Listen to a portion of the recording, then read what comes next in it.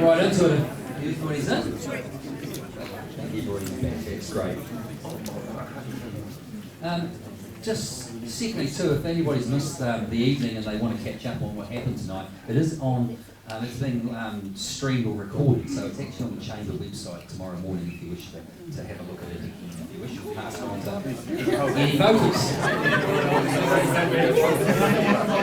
They're not a couple of days, okay, couple of days. Right, so just quickly we're going to whip through some questions. As we said earlier, you've got 1 minute to answer the question.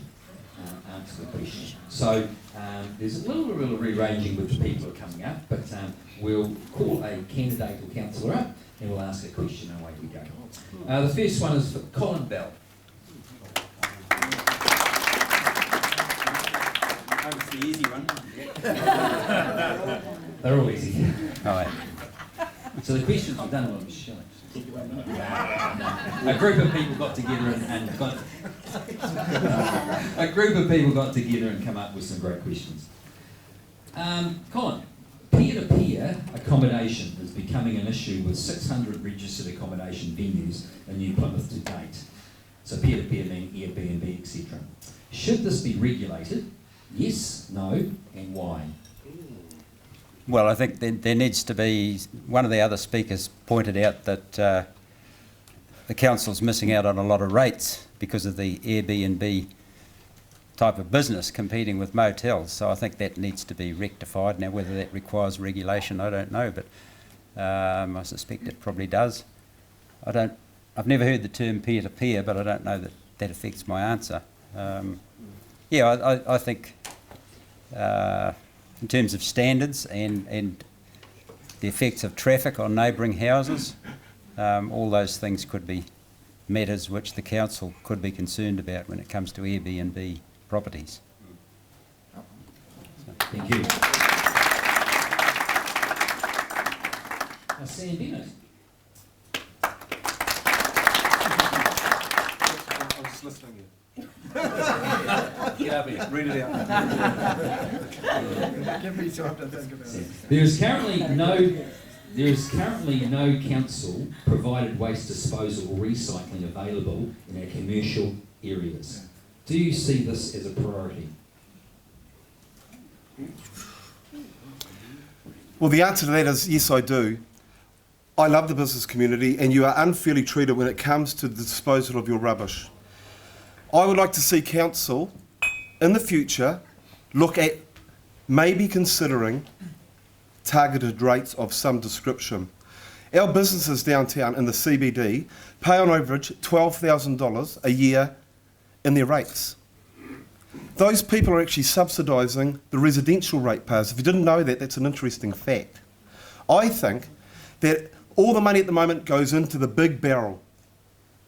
So when that money goes in, I think if we had a targeted rate and it was done correctly, that some of that targeted rate money could be used to help the business community pay for their commercial rubbish. That is something that I'd like we should have a good debate about. Thank you.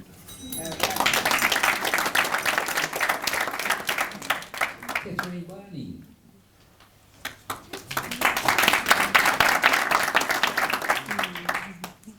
Hi. We have 14 allocated car parks throughout the city for freedom camping.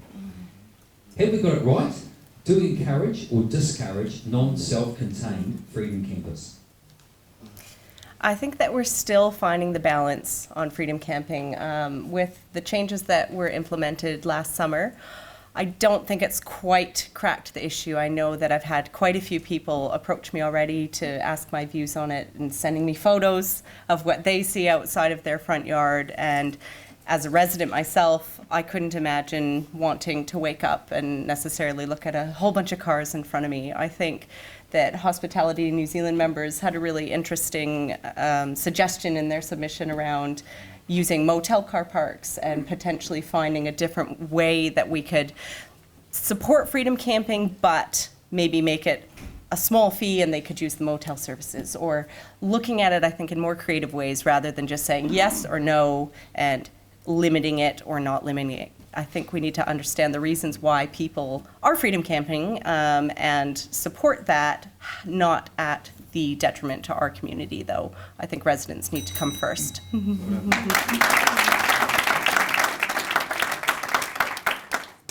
Councillor Gordon-Brown.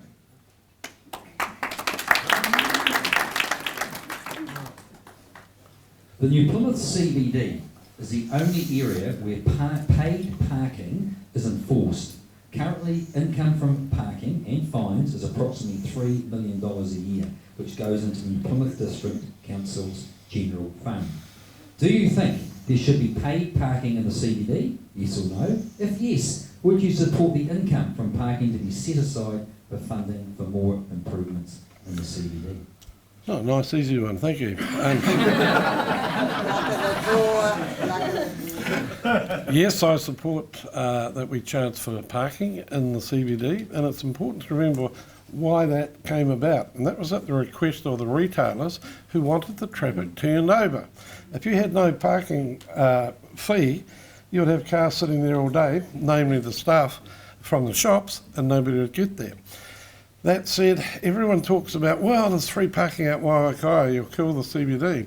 The reality is there is no free parking out there. It's paid for by the retailers for their customers. So you're getting a blend. You want the CBD to stay alive and you want it to be healthy, but you also can't be King Canute and stop the waves. You have big box shopping destinations out of the city, mainly to the north. Go to Hamilton, you'll see the same thing. So you want the big ones out there, the smaller ones in there, and as the population in a city grows, you'll find that all the restaurants, cafes and bars and hospitality outlets will actually benefit from that. And thank you very much.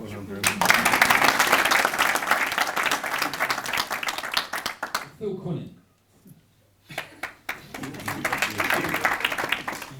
Thank you, Stonesy. Look, I know that alphabetically that doesn't quite work.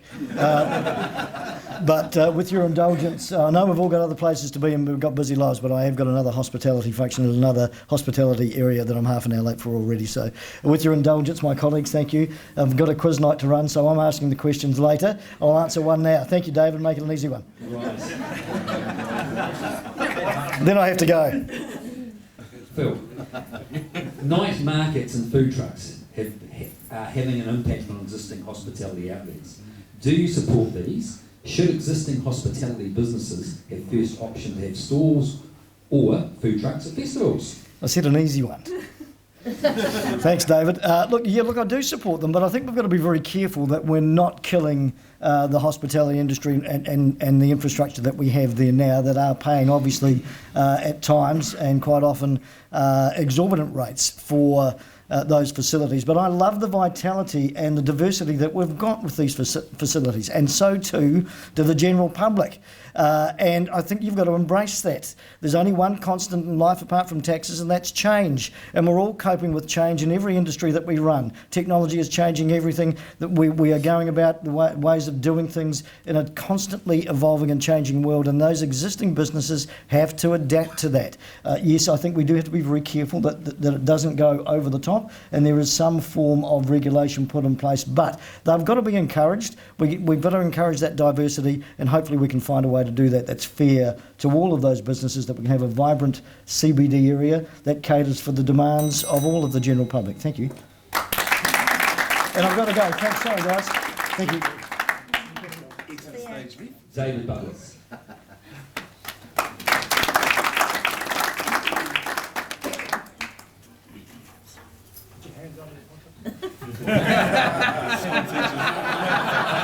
Pull your socks up.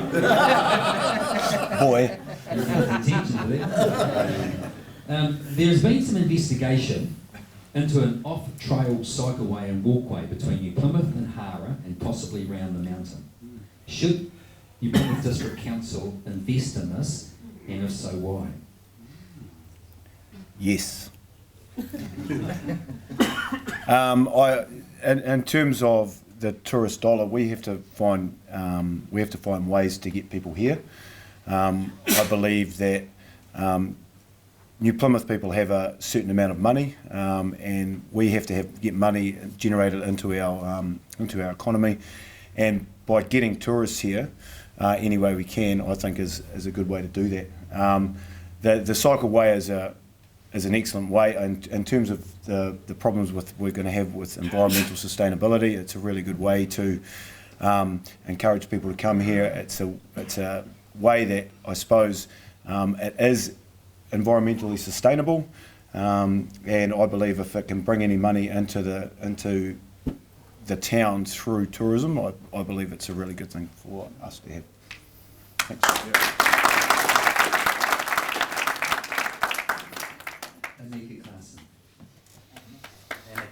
Annika.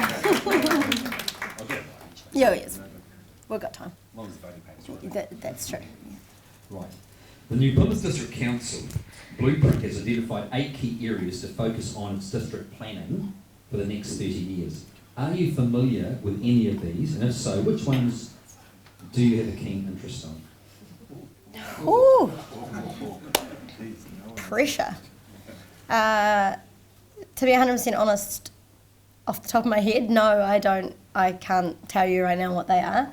I know, if I'm correct, it's the CBD and the zero route waste.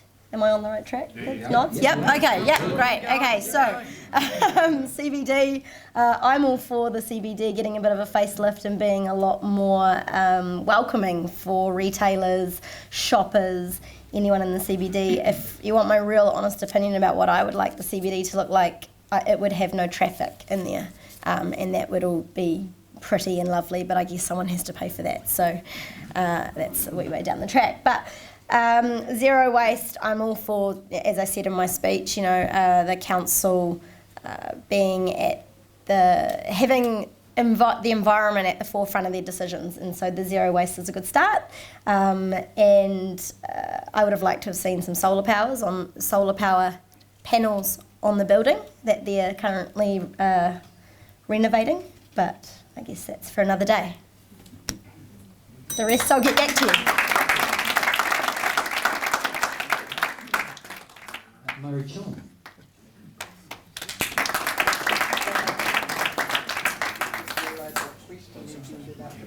Dodgy one. Freedom camping one, maybe? Councillor Murray Chong, what is your position on charging for entry to the Quebec Brewster ratepayers, locals, tourists? Only a minute. At the tune of $85,000 a week, we need to, make a make some money off it. And honestly, you've got a $60 million art collection and a $20 million building. And if we can't put something together, which is worth $15 to go to, I mean, you go to the picture theatre and pay $15 and you don't moan about that. We've actually got to up the game.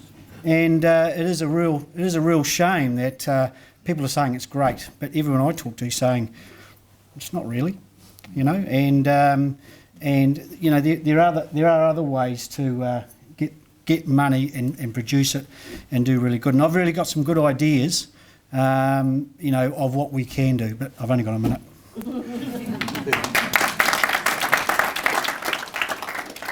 Amanda, Clinton's open. Sports facilities. Should there be a sports hub built at the new Plymouth Racecourse? If yes, should council be a key investor and why? Yes. Through the debate around Yarrow Stadium and from the conversations that I've had with a lot of our residents about our sports facilities, there is a real need for a multi-sport facility, and TSB Stadium on the Raceway is the perfect place to situate that. One of the things that one of the other candidates here, Selwyn, mentioned earlier is around the racecourse. Currently, the lease is defunct for the racecourse, and the Racing Association is asking for council before the upcoming election to reinstate that lease. And I think that is something that we need to think much more carefully about.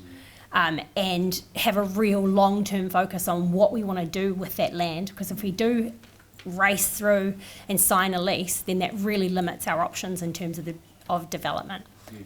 Yeah. Sorry, what was the second part of that question? Maybe the first bit. Okay, great. Thank you.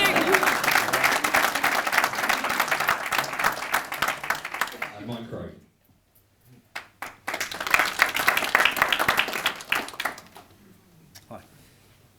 Current Easter trading laws requires hospo businesses to be closed Good Friday, Easter Sunday, except for the purpose of dining only. Should hospitality businesses in the New Plymouth District be allowed to trade without restrictions over Easter? Yes, no, and why? I guess I might be thought of as a bit of an old school. I remember when much and most things were closed. I wonder whether we take away these special holidays, we lose their focus. I would like not to see that happen for that reason.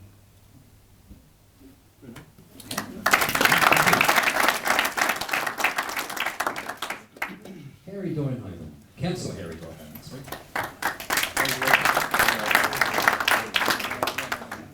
David. New Plymouth District Council has just announced the purchase of the Metro Plaza in the CBD. Do you support this? Should the council look to purchase other buildings to assist with enhancements of the CBD? I did support it, I voted for it, and I think it's a very good move. Our CBD for quite some time has needed revitalising, and we've had a project on, as you know, for the last few years, I think led by Councillor Bisick, if I'm right, which has seen money going into the CBD to make enhancements. But that purchase of that building will allow eventually the stream there to be opened up so that we've got a green space running contiguously from the sea right through to Sir Victor Davies Park and upwards onto the walkway, Huatoki walkway, and that you would then be able to go right from the sea up through the centre of town and have a green space right through. It'll be terrific from the point of view of people visiting. It'll be terrific to give a little bit of life and openness to the centre of the city, and I think the council made the right decision.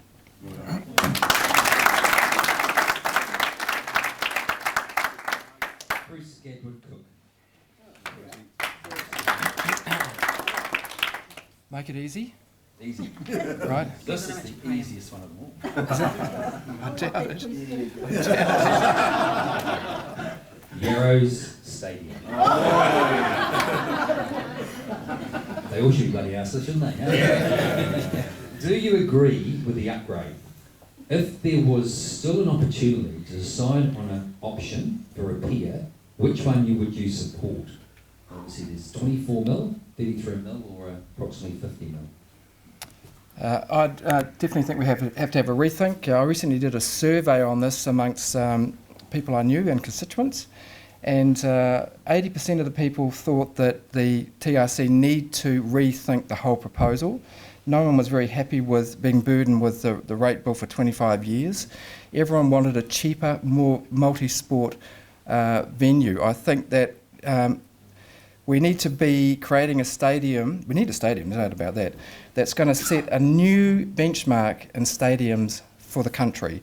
When Sport Taranaki is saying it doesn't work and it's too expensive and it doesn't fit the bill, when its governing body, Sport New Zealand, is recommending that TRC revisit the decision that the TRC is really forcing upon all the three councils, it is dividing the region. And that's why I talked about Team Taranaki, because we need to have a Team Taranaki approach. The relationship between NPDC and probably the TRC has never been at a lower point. So it needs to be revisited. We need to have a stadium, not that one.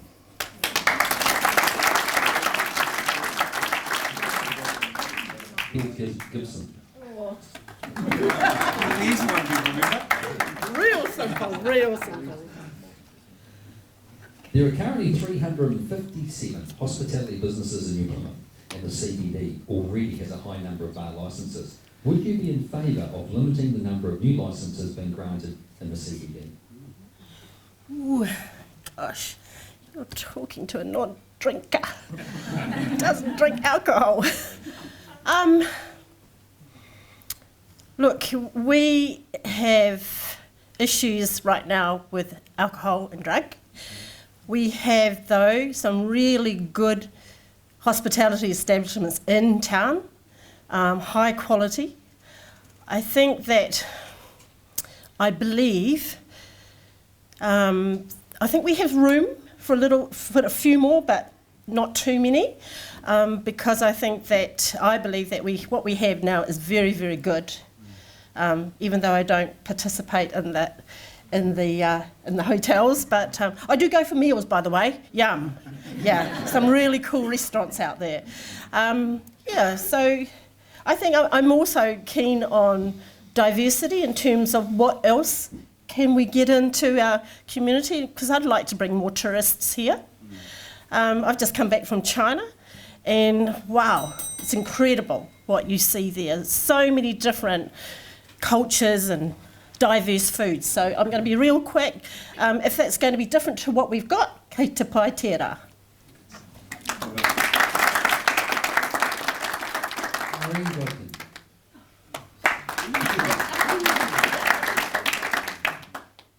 Along with the Yarra Stadium upgrade cost and continuing New Plymouth District Council rate increases, businesses already pay much higher rates compared to residents. Do you believe that business owners should be subsidising the cost of residential ratepayers? Yes, no, and why? Okay, business owners, what do you think? If you say yes or no. For myself, being a person who would look for the council to lead in this area, there are ways about financing rates, rather than rates, look to the future, look to diversity of new income streams. So what does that mean? It means looking to our leaders in hospitality, it's looking to our leaders in Taranaki Commerce, the Chamber, and it's looking at our people in the community to build and strengthen our economy, our local economy, so that everyone gets the benefit. In terms of, yes, business looks like they are subsidising the rest of the community. Is that fair? No. I think, well, exactly. I think we all need to take a step back and think about where is it that our council needs to be looking at diversifying our income streams to help business to thrive and so that they've got a future. Hospitality, we're all in it together.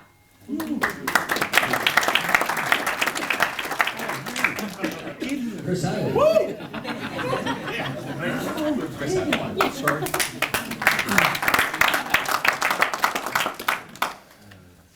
There are quite a few empty and run-down buildings in the CBD for various reasons. This includes absentee landlords and earthquake strengthening costs. What do you believe is the solution? Should there be a requirement for property owners to maintain buildings to a high standard even when empty? Geez, I wanted an easy one. Can I pass? Go for the next question. No, I think we need to look at the perception of the CBD to the public and to the visiting public who are, they see what we are by what they see. So if we have, I think about Patia because I'm born South Taranaki, so I think about Patia when the works closed and the whole place just died. And Hawera, the centre of town which I grew up in as a kid, walking around on the Friday nights and enjoying myself as a young local, dead. So I don't want to see the CBD centre head down a pathway of derelict destruction, basically. So if you own a building in there, it should be kept to a standard that represents the other businesses in town and sets the standard for the public and visitors that this is a town worth visiting. Sorry.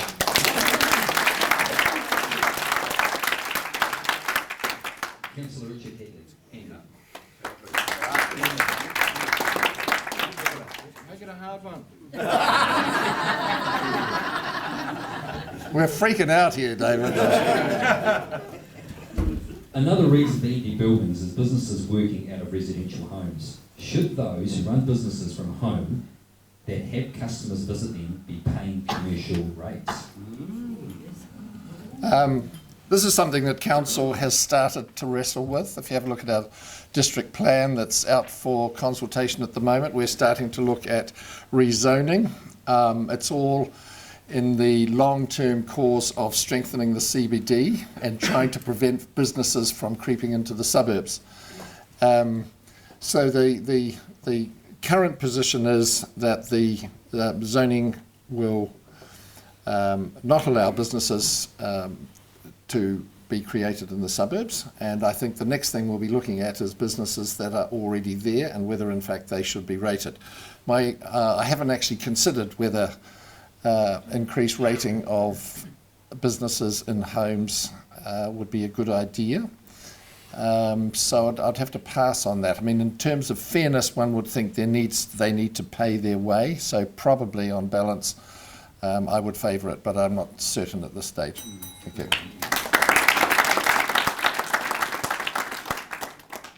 Right. Peter Henderson.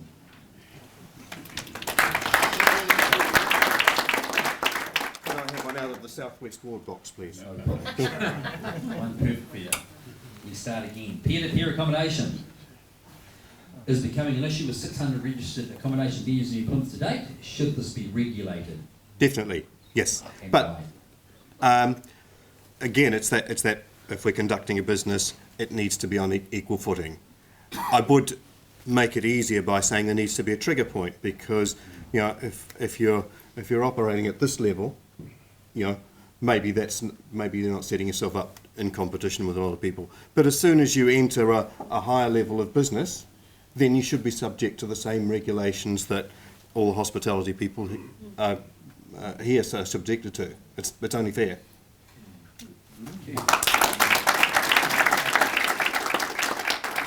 Councillor Stacey Hitchcock.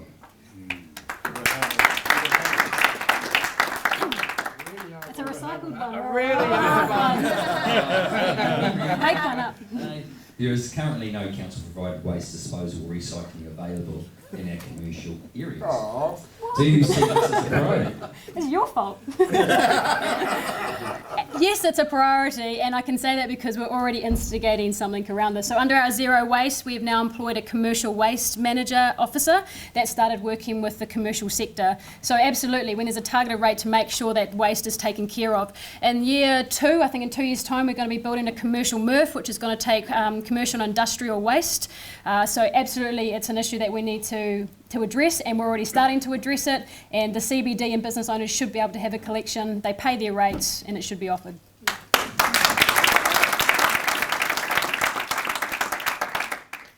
Louise Jones. We have 14 allocated car parks throughout the city for freedom camping.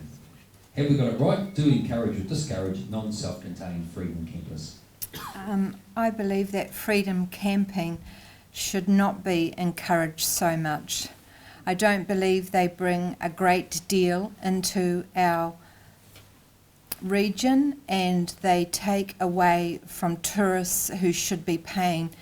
One of the reasons that I've come to this conclusion is I was being very hospitable to some young, I think they were German tourists, and I had them in my home, and they were dishing out cards to me with their phone number so that they could do some handiwork at my place to get paid. And I said, do you have a working visa? And they said, no, we don't. And I said, well, this is illegal what you're doing. You shouldn't be doing this. And I was thinking, man, they don't even want to pay a cent for their stay in our region. And so I was thinking, well, the freedom campers, where are they at? I think that, I know it's coming up for review, the whole bylaw, and it definitely needs a huge review, and yeah, absolutely. Councillor Richard Jordan.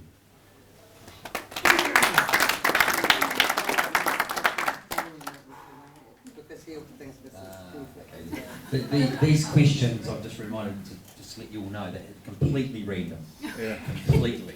I'll give a completely random answer. Okay, what have we got here?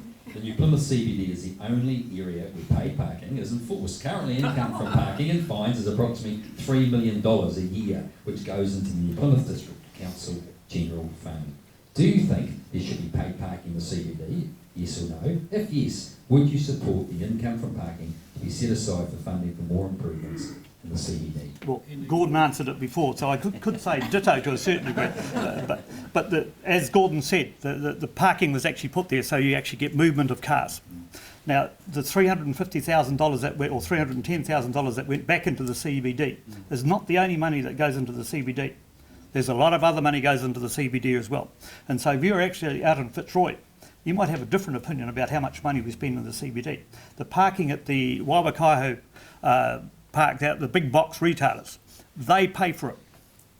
So that's it. It's not, there's no such thing as free. It doesn't occur. So to actually say that there's free parking somewhere, that's not true. And the car parking builders, there's a number of them. All the supermarkets have parking. They pay for it because they want you to go into their shop. If you want free parking in the CBD, you'll have to find another way of actually moving the traffic from around. It just won't occur on its own. It never has, because if you sit outside a shop and there's no chance of getting a ticket, you just leave your car there and wander off. Simple as. Thank you. Joanne.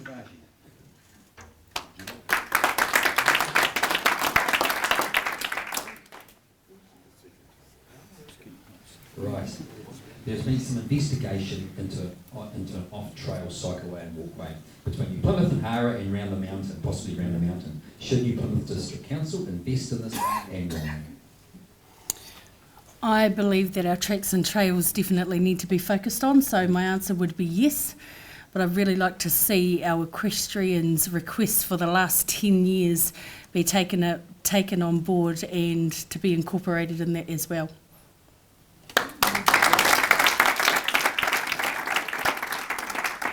Greg McKay.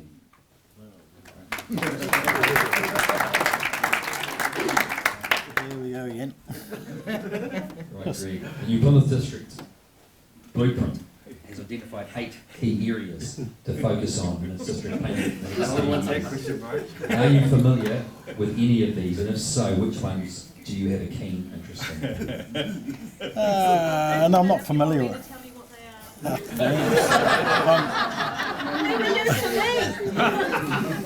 I'm not actually familiar with them, any of them. But we do have a problem with our recycling, and we're only on the tip of the iceberg of that. So we actually need to get a very vast recycling system going where we can put them all in different places and recycle them properly, whereas we don't now. So we still go to landfill. There's been a lot I can put on that one, but we need to have a look at it properly so that we can recycle. It's just one of those things that, you know, everybody says, oh, just in the bin, in the bin, in the bin. Sure, if we've got to have employment to sort it all out, then that's what it'd be. In Australia, you go and dump your rubbish here, there, there, there, and there, and it's all on camera, and if you don't drop it in the right place, you get fined, heavily fined. We could start something like that here, maybe, so we recycle properly. Chris Manikana.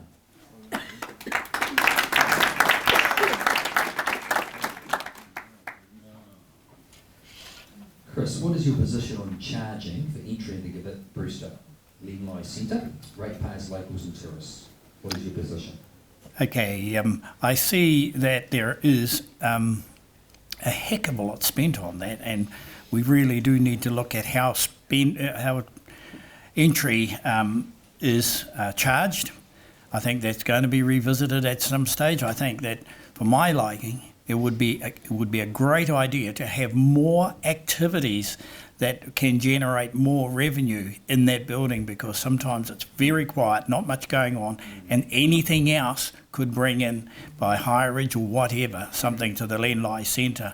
One thing I am sure about, and that you should all know about, is that any policy decisions made in council should have the back or the statement, is this going to impact on the seniors and baby boomers of our town, particularly their fixed incomes? Thank you.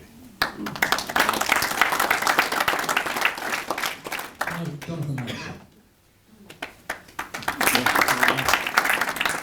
What's your opinion? Sports facilities. Should there be a sports hub built at the racecourse? If yes, should council be a key investor, and why? One of my campaigns is against single-purpose function centres, and the racecourse stands alone as a single-function centre. The Yarrow Stadium stands alone as a single-function centre. They're actually quite dead. I used to walk through when Yarrows was open 24/7, and it was no different from 1 hour to the next hour. Just the wind went round, came round from a different direction. To make this work, I believe in multi-function centres, where things like Pukariki, multi-function, museum, library, cafe, information centre. People gathering and wanting to go there because it's a vibe, it's a hive of activity. It attracts people and connects people, it makes well-being. And this is what we should build our economy on, well-being. Now, when it comes to the racecourse, got to look at a big picture. How can businesses be in there and actually being part of that development? How can we as a community support another way of looking at it, not just for sport, not just for one sport, but multiple sports, multiple businesses, multiple events. Thank you very much, guys.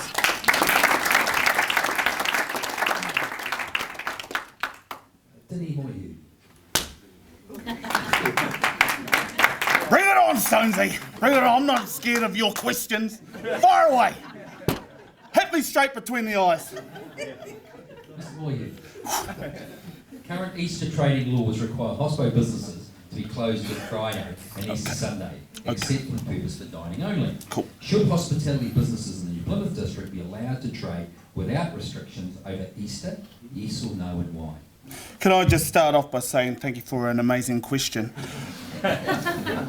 When I look about my background, and I am an entrepreneur, I'm also a business development manager, and I do have a master's degree in awesomeness. So when I look at that decision, I remember working with you, Stonesy, and I remember when Sundays were closed. I actually feel the difficulty with hospitality, how they have to cater to these hours. So what I do support is trading over Easter, excluding Sunday. Kia ora.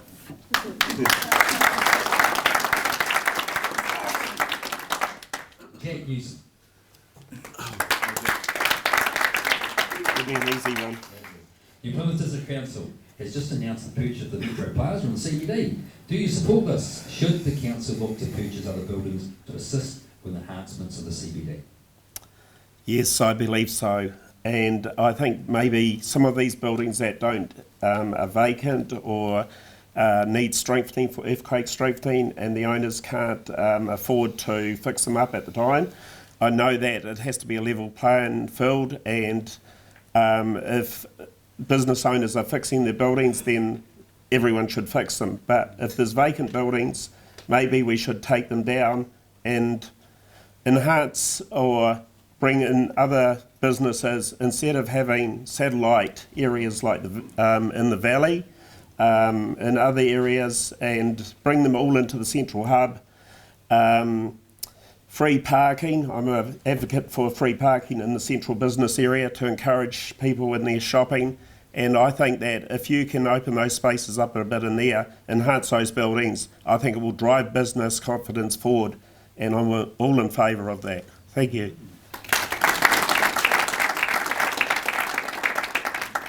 Sarah Ford.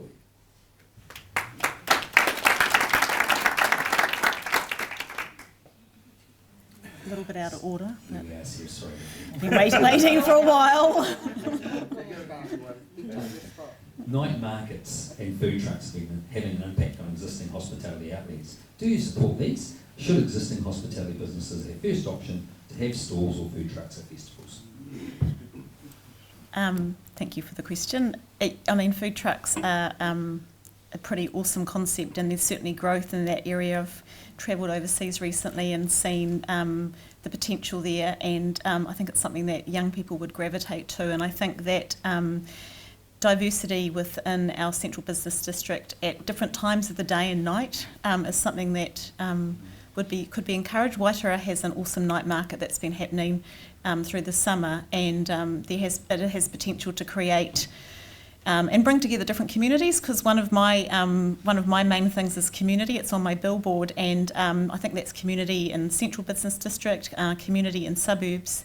In terms of local businesses having first option on food trucks, I think I'd really want to read more about that. I'd want to make sure I was well versed in the kind of pros and cons of that before I was making a decision. I think it's really important to kind of be well informed and know what you're talking about. But yeah, I can see huge value in food trucks, and I think that, you know, because I didn't go over time last time, I'll just keep talking briefly. We've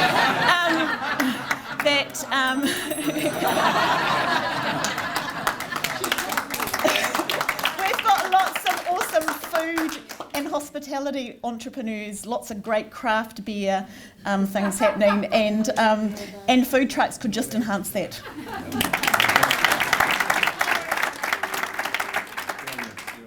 Dwayne Sherwood. Can I do a quick 10 seconds on the food trucks? I know that business. Just really quickly. A beer and a bit of coffee. Hey, you need every side of the story, and I know the other side. Yeah, They turn into big businesses. It's their chance to put their feet in the water to get into big business. So they are still trying to do business. Yarrow Stadium, do you agree with the upgrade? If there was still an opportunity to decide on an option for a repair, which one would you support? So there's been... What options were there? 24 million, there's lots of options. There's three of them. Oh, which one would it? No, mow it down flat and have grass areas, so then the community can take their own food and have picnics. So it's less of a corporate gig, it's more of a family outing that poorer people can afford to go to because they're not having to pay $20 for a hot dog or whatever they pay. I don't eat them, so I don't know. So no, and if anyone watched the up north game somewhere, the kids were sliding down the grass bank, they were having a field day, and they reckon it's one of the best places to watch and play rugby. North Harbour, so yeah. And also the food trucks, most people that go to those they're not going to restaurants, they're only going to the food trucks because they're cheap and they're a different sort of setup. So.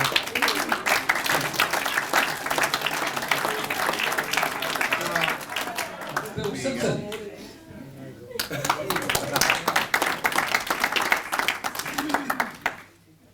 Thank you. Bill, your opinion. There are currently 357 hospitality businesses in New Plymouth in the CBD, already has a very high number of bar licences. Would you be in favour of limiting the number of new licences being granted to the CBD? I'm actually campaigning on your vision and my commitment to you. When persons ask me questions like this, I want to say to you down in front of me, what do you reckon? What do you want? Because that's what it's all about. It's not about me. It's about you. You guys invited me here tonight because that's what you wanted. Now, to answer the question for myself, I would say this. Everybody should be given the opportunity and chance to create a business of their own. And we should support them. That's how I see it. Well done.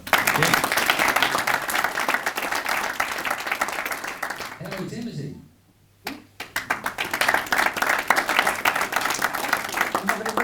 To use up too much time last time, so it's just come on. Along with Yarra Stadium upgrade costs and continuing New Plymouth District Council rate increases, businesses already pay much higher rates compared to residents. Do you believe that business owners should be subsidising the cost of residential ratepayers? Yes, no, and why? Questions like this, I always think, what's fair? That's my starting point. Is it fair that you pay differently from the other ratepayers? So, in a sense, I would say no. We should be all. It should be spread out so it's fair to everybody. It depends on. I guess what you have to do is look at what the businesses are doing and how much they're using in terms of the way that the business is done. So, and what impact that has on the rates sort of thing. So it should be measured and should be considered really, really deeply. So it's probably not just a yes or no, but in a sense, whatever's fair. And if it's going to affect negatively the CBD or the people who are working in that area, I'd be worried. Okay.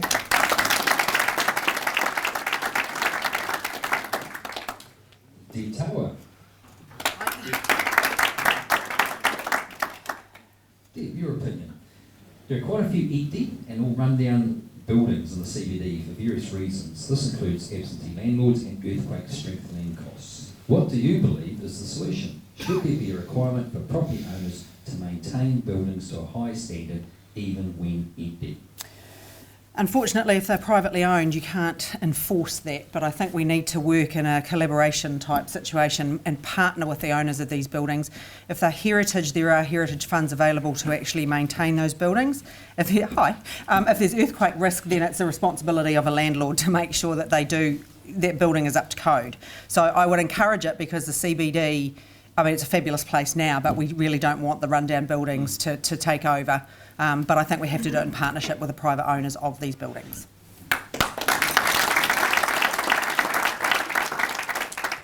And last year, Selwyn Watkins.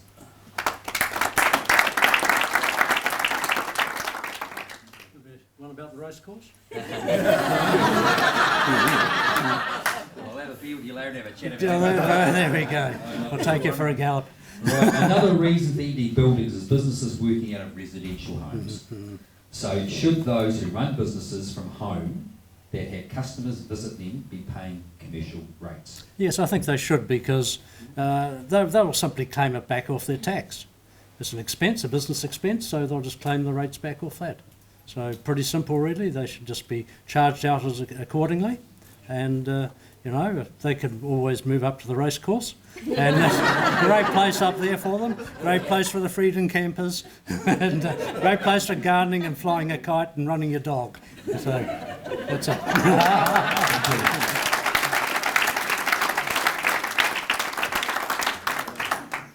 Okay, thank you. Well, there it is. Again, on behalf of the Chamber and Hospitality New Zealand, I'd like to thank you for attending this event, and I think it's hopefully you guys have just been quite amazed with the energy and what we've seen tonight. There is no doubt that we live in the best city in New Zealand. There is no doubt in that.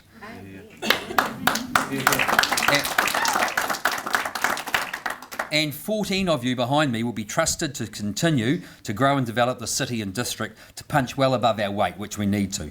We need to stand out from the rest of New Zealand. We need to attract the best business and innovation. We need to attract more people to live here and stay. We need to attract and grow our slice of tourism pie, both nationally and internationally. We are on a good path. We need to continue and increase this momentum. We all love your passion for the district, and may the best 14 win. Thank you again, and this is where the real serious bit happens. We go and have a beer or a wine or a cup of coffee, and then we can ask some really hard questions of these guys behind us. But thank you very much for attending.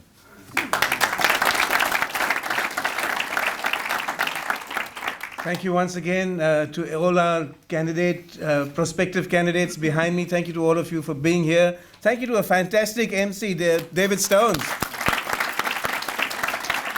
Special thanks to the Chamber team, especially Jess and Michelle, for leading this event. Thank you very much to Darren and Anna Muggeridge for allowing us to use their facility, and to Ed Ash from Mad Media and Ricky Malcolm for doing the videographing for us. Just for tonight, I know there are a lot of people who have hospitality businesses and other businesses. If you're happy to find out more about Hospitality New Zealand and the Chamber and would like to sign up tonight, if you do sign up tonight, we'll shout you a beer tonight. You can actually sign up online on an iPhone. We can show you how. Ask any of the Chamber team. Have a lovely night. Thank you again.